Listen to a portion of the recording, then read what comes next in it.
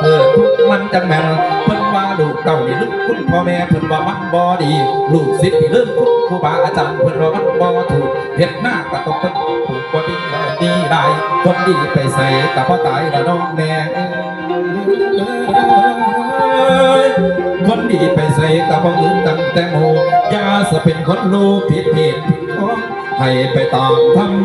ำน้องอาจารย์สอนอาจารย์บอกอย่าเป็นคนบอกรอว่าบ่มีอาจารย์เพิ่นว่าศิษย์น้ำทอเพิ่นว่าก่อน้ำคุ้ผู้ใดดูผู้นั้นใดเกิดทุนไรจังแม่นดีแม่ผมเบิ่งส่วนตัวผมหรือไทยก็บอกเคยเอาเก่าเราดูถูกให้เสียหายรับมือนี้แม่ของคนจังคำฟ้ามาแนบนำสอนทั้งได้เห็นแจ้งมาเป็นแสงเทียนไตเป็นแสงไฟแจ้งสว่าง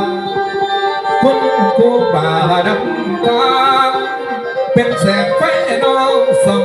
แจ้งให้ล้ำลองแม่นมวลดีแม่นมวลอีเด้อ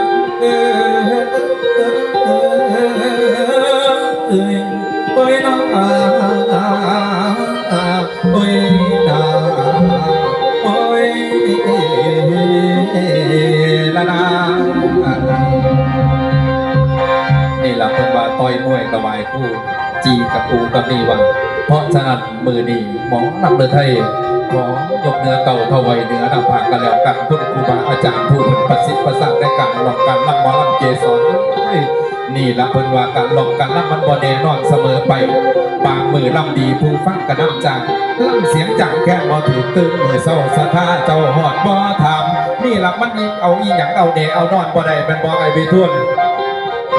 บางมือเป็นพวกบางอารมณ์ก็เป็นมั่นบางประการก็เป็นอย่างมึงคักกระแมนคนสองขาเพราะฉะนั้นว่าจักให้มันถือกบถือไก่กันทุกผู้ทุกคนมันก็เป็นไปว่าได้ดอกเมย์ใหญ่เพิ่นว่าตัดไม่ถือลำสนนี่ก็ยากไม่ต้องไปไต่ขัวใบลำเดียวนี่ก็ยากปั๊มใบใหญ่ถึงจอมโพดนี่ก็ยากที่พ่อวัดดีครับขออนุญาตวัดดีทั้งเวทีเด้ออาจารย์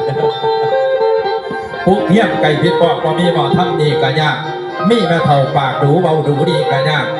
เห็นหน้าไปกับคนมักแก่มักถามนี่ก็ยากต้นแม่แดง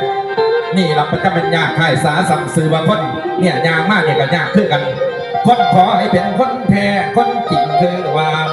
คนให้เดียวตุยจังสัน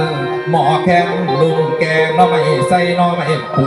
ใส่เห็ดปูหวักมาให้ไปกินละเด้อโอ้ยป้าเลยบอกกันนับมันใหญ่เดินดับพิแกงน้อไม่ใส่เห็ดปวกเชิญพี่พอยเมียไปกินข้าวน้ำกันเด้อผู้นักฟังหลอกฟังล่ำแกงน้อไม่ใส่เห็ดปวกหมอแค่ลุมแกงมาแซ่บไอ้ว่าขอประทานอภัยกันแม่งเอาอันนั้นจบเขาได้เดี๋ยวมันเรียกว่าว่าอยากบอกไปกินข้าวน้ำกันกินข้าวน้ำกันกินข้าวน้ำกันยี่บอยแม่พี่น้องนะครับถือว่าพี่น้องมาทำบุญทำทานเมื่อนี้นะครับแวะเวียนบ้านมึงมอหลอกมอลับได้อิ่มบุญนับนะครับเพราะว่าอีกไม่นานเกินรอนะครับทำเงื่อนทำนี้ฮะอุทยานที่นั่นยังไปเห็นทำเนาะอุทยานถ้ำทะลุมิติสิได้เปิดย่างเป็นทางการ